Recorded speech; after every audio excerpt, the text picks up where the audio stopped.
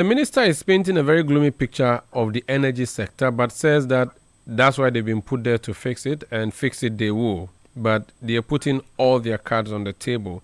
It appears desperate times are calling for desperate measures.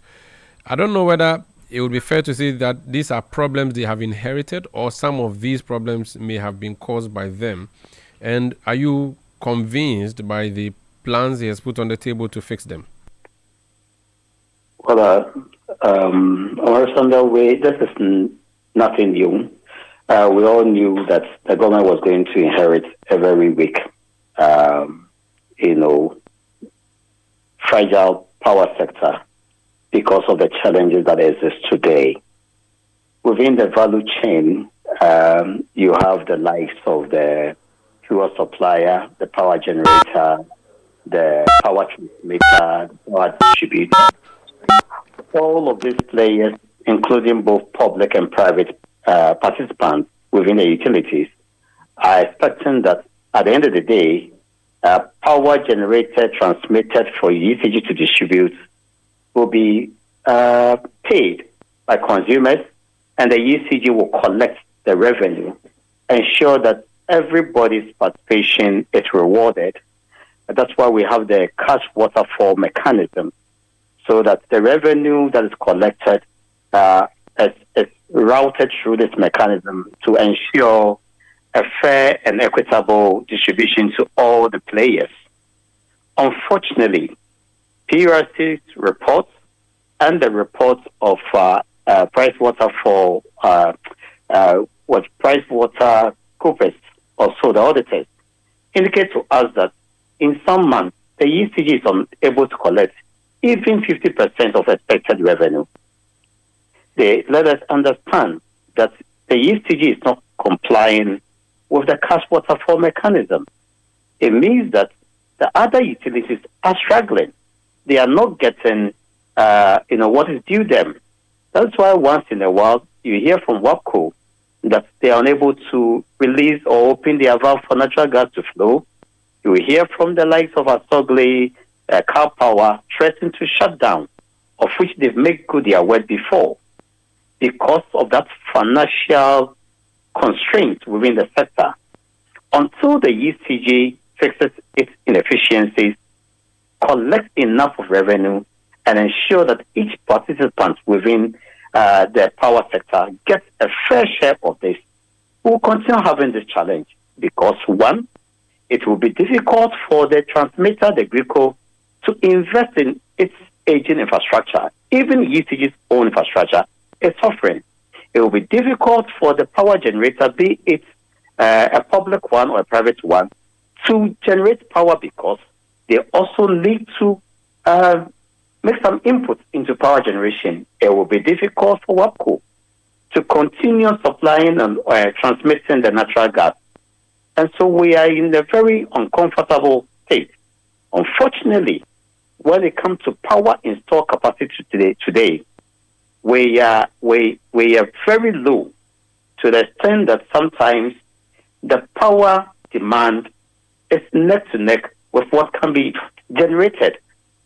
Either the plants are not available for reason of fuel, or they are not available because they've been forced to shut down for maintenance.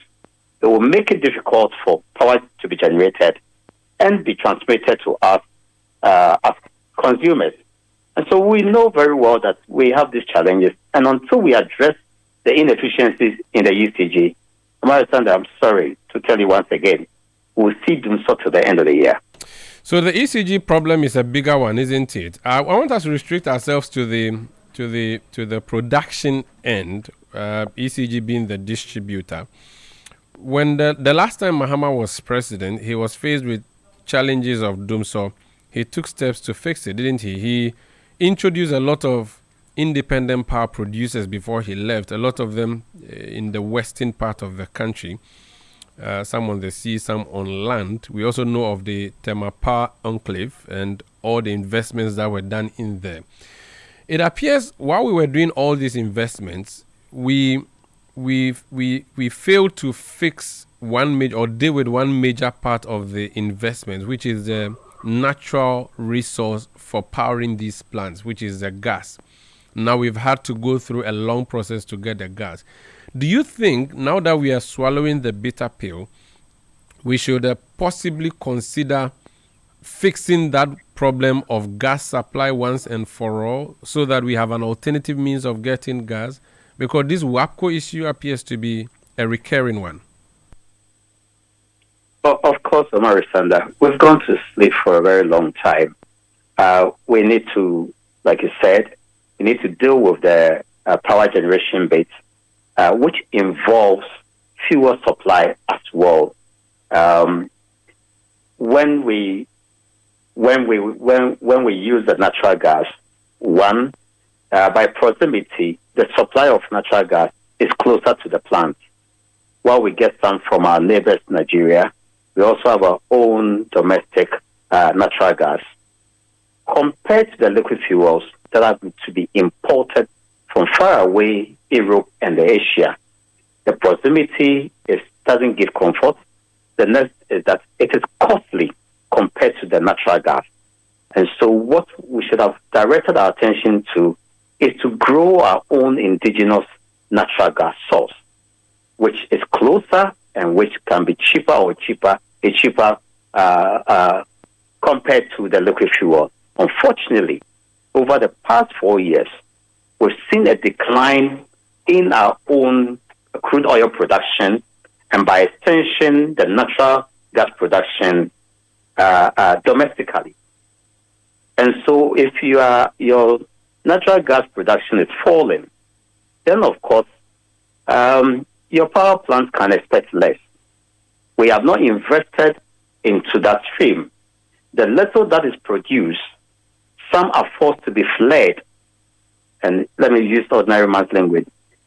We burn it away because we have not invested into the segment of gas processing. It's just been one Ghana gas processing train. We have not added onto it. And so we need to grow our own domestic gas production and also invest in the processing units so that we can process more of our own natural gas and direct it to the power plants and to other petrochemical segments. That's what we must do. If we don't do, we are going to be caught down almost once in a while. The next is that we need to invest in the transmission lines or the transmission pipelines of the natural gas.